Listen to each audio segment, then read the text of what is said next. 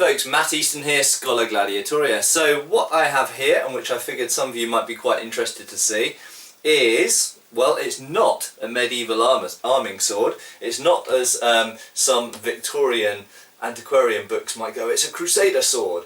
It is in fact a Sudanese kaskara. I'll put the name of that obviously in the title of this video, so if you want to search more images of kaskara swords from the Sudan, then you can do so. They're very interesting swords. First thing to say about them is, yes, they are a cross-hilted sword that bears a superficial resemblance to these sort of medieval European swords. And for that reason, 100, 150 years ago, lots of people assumed that these were either copies of, or in some cases original surviving examples of, crusader swords. Loosely termed crusader swords. Of course they meant medieval swords, but they thought that these swords found their way to the Sudan in North Africa essentially through the sort of campaigns in Egypt and North Africa and the Middle East, and that they were traded there, and this is essentially rubbish. It's wrong. Lots of things that the Victorians thought were wrong, as we now know. However, it's maybe not entirely 100% without foundation, in that when these swords probably started to be used in the Sudan, in actual fact, cross-hilted, straight-bladed, double-edged swords like this were actually used by many different Islamic peoples in North Africa and the Middle East. There's this, again, it's probably a Victorian idea, and it's still carried on today, that you know, crusaders or Christians used cross-hilted swords, straight-bladed, and that Islamic warriors used curved-bladed scimitars or shamshirs. And this is essentially rubbish to a large degree. In actual fact, there were large numbers of Islamic peoples in that period, in the Crusader period, and indeed right the way through through until the sort of 15th, 16th century, who were using double-edged cross-hilted swords. And as we see with this example here, which is 19th century, there were Islamic people, hence the Sudanese, and in fact if we look at Tuaregs as well, who were using essentially, you know, cross-hilted straight swords in the 19th century, and in fact still today, even in the 21st century, there are still Tuaregs walking around with this a similar type of sword to this. It's actually called a takuba, the Tuareg sword, and this is a kaskara from the Sudan. So there are two types of cross-hilted swords that are commonly found even today in that area of the world, and in the 19th century they were extremely common. Now this type of sword, the kaskara, was in use from, I believe, at least about the 16th century in the Sudan specifically, and there were ancestors of this type of sword which go back further than that. But these are most famous in British history because they were encountered during the British Army's campaigns in the Sudan in the 1880s, shall we say. In actual fact, the British had some involvement before the 1880s, but really it kicked off in 1882 with the invasion of Egypt, I won't go into the politics and the long historical explanation for that, but essentially during the Egyptian War of 1882, the British Army first really encountered numbers of what they knew as dervishes, or sometimes dubiously known at that time fuzzy wuzzies as well, and these were split into various types of peoples. Actually, there was the Beja tribe most famously, and they used these type of sword, the Beja and the Hadendau, I believe it's pronounced, and they used this type of sword predominantly with a leather buckler or shield about that big,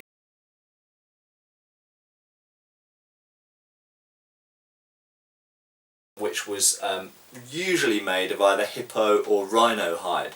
And so they used essentially a sword and buckler type system, and it seems that they used it in quite a different way to how it was used in medieval Europe, but maybe not that dissimilar to how swords and bucklers or small shields were used in India at the time. These swords have pretty big blades. They're usually about 35 inches, so it's about the size of a 19th century cavalry sword in the blade. And in fact, the blades themselves, the best quality ones usually, are indeed European. They are European blades. However, they're not medieval European blades, as some people in the 19th century thought. They are, in fact, usually German-made, sometimes Italian, but usually German-made. And they were actually made in the 18th and 19th century and sold as trade blades. So quite simply, these blades were churned out in factories in places like Solingen, and they were traded down through various trade routes for various different kinds of goods and ended up in the Sudan. And then once in the Sudan, they were fitted with these hilts. Now these hilts aren't constructed in the same way as a medieval European hilt. First up, we do have the crossguard, and it's very interesting to note that they're pretty much always of this characteristic cross nature. So we have a crossguard which is fundamentally quite similar to a European medieval crossguard, but they always have these langets above and below. Now very often you can't see the langets that are on the handle side of the guard because it's usually covered with leather. On this example, the leather wrap has partly come away with age and it has exposed the langet there.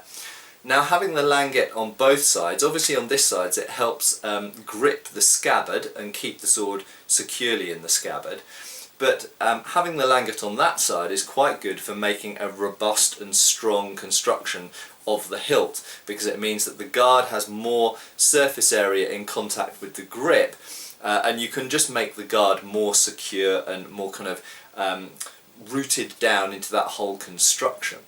The grip is made of wood and then wrapped with leather over the top. You can see the remains of a sword knot here. I believe that they have a some kind of purpose as well in Islamic tradition in that part of the world, and that the knots are often made, I think, of this kind of silk braid, and they're sort of a bit like rosary beads in the Catholic Church. I think it's a prayer thing, but I don't really know anything about that. And then the pommel is made of leather, and it's actually a leather strip essentially that's built up into a disc, and that's really there to stop your hand sliding off. It doesn't serve any counterbalance, unlike a medieval sword pommel which is made of metal. In the case of this, it is simply there as a ridge essentially to stop your hand sliding off. There's no weight in that at all, and in actual fact very often with the antique kaskaras, the leather pommels actually rot away and just fall off, and so you just end up with a handle and a crossguard very often. There are some very high status versions of these kaskara which feature incredibly well made and ornate blades. Some of them are Persian or Turkish blades, for example, sometimes made of woots, sometimes with gold inlay and script from the Quran inlaid into the fullers and things like this. So you do sometimes get very fancy blades, and you do also get very fancy hilts sometimes, including hilts that include solid silver, solid gold, or silver or gold plated elements to the hilt. The guard, sometimes the grip, and sometimes the pommel. And you can find examples of really fancy types of these in, for example, the Royal Armouries in Leeds in the UK and elsewhere. Now the reason that these are actually not that uncommon in the UK is, of course, because, as mentioned, the British Army went to war in 1882 in Egypt. Essentially, the British Army went in there to protect their interests in Egypt and the Suez Canal and everything else, and ended up fighting the Mahdi's forces over a course of many years. And in fact, most famously, Khartoum, under Gordon of Khartoum, fell in 1885. The British Army didn't get there in time to rescue him. There were a series of campaigns in the Sudan, and in fact as late as 1898 Lord Kitchener had to go back and famously fought the Battle of Omdurman in 1898. So really between 1882 and 1898, and even up to about 1900, there was quite a lot of British military activity in the Sudan, for right or wrong, and I would never get into the politics of that, and you know, it was what it was. It's history now. However, because of that great involvement of the British Army in the Sudan for really 20 years, a lot of Sudanese weapons were brought back as curios and souvenirs and trophies and everything else back to the UK. So as a result, there are quite a lot of these kaskara swords in the UK now. A lot of them were brought back in 1885 because there were a number of large set-piece battles in 1885. and lots of these were left lying around on the ground afterwards, and they were brought back by soldiers. And equally in 1898, same thing again. Lots of unfortunate Sudanese warriors died, and their weapons were brought back as trophies to Britain. So there are lots of these around. They are impressive weapons, as I mentioned. They usually have 35-inch, usually German-made blades. They're essentially a broadsword blade. They're the type of blade you'd find on something like a Schiavona or a basket-hilted broadsword. They're big, impressive broadsword blades. And they were used, as I mentioned, with a leather shield, and they were kept very sharp. I actually have an account which I'm going to post at the end of this video, just describing about how dervishes made sure they kept their swords sharp. And just one final thing I want to mention is encountering so-called dervish or Sudanese warriors, such as Beja tribesmen, using these swords in the Sudan, had quite a profound effect on British hand-to-hand combat attitudes. In the 1880s, the prevailing attitude was that because of modern firearms, the accuracy of rifles and increased reliability of revolvers, that swords and bayonets weren't very important anymore. And suddenly the British Army in the Sudan found that swords and bayonets were quite important, because British cavalry fought a number of actions against Sudanese cavalry.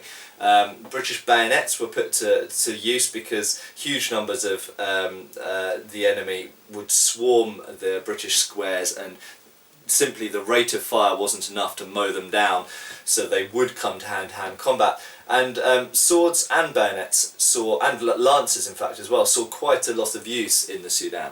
And as a result, many British officers, for example, went and bought better quality swords in 1885 and 1886, for example. So I own several swords, in fact, which were ordered in 1885 and 1886 by officers who very clearly, some of them did go to the Sudan, and some of them had just come back from the Sudan. So officers who thought, I need a better sword based on the experiences that I've witnessed out in the Sudan. So there we go, as late as the 1890s even, hand-to-hand combat in some areas of the world was still a big thing. And you know, even in the early 20th century, people were still using these swords in intertribal rivalries, were still using these swords with bucklers, and alongside spears and other hand weapons, daggers and such like, were using these weapons still as their primary sidearms at the beginning of the 20th century.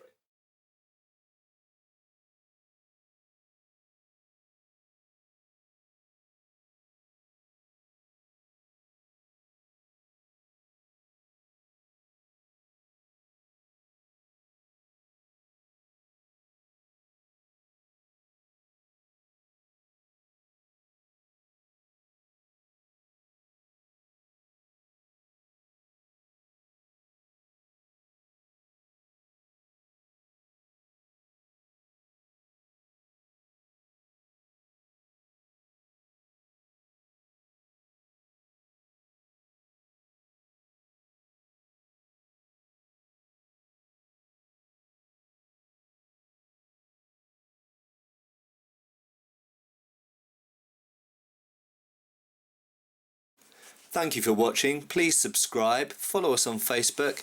You can buy t-shirts through Spreadshirt, support us on Patreon, or follow us on Pinterest. Thank you.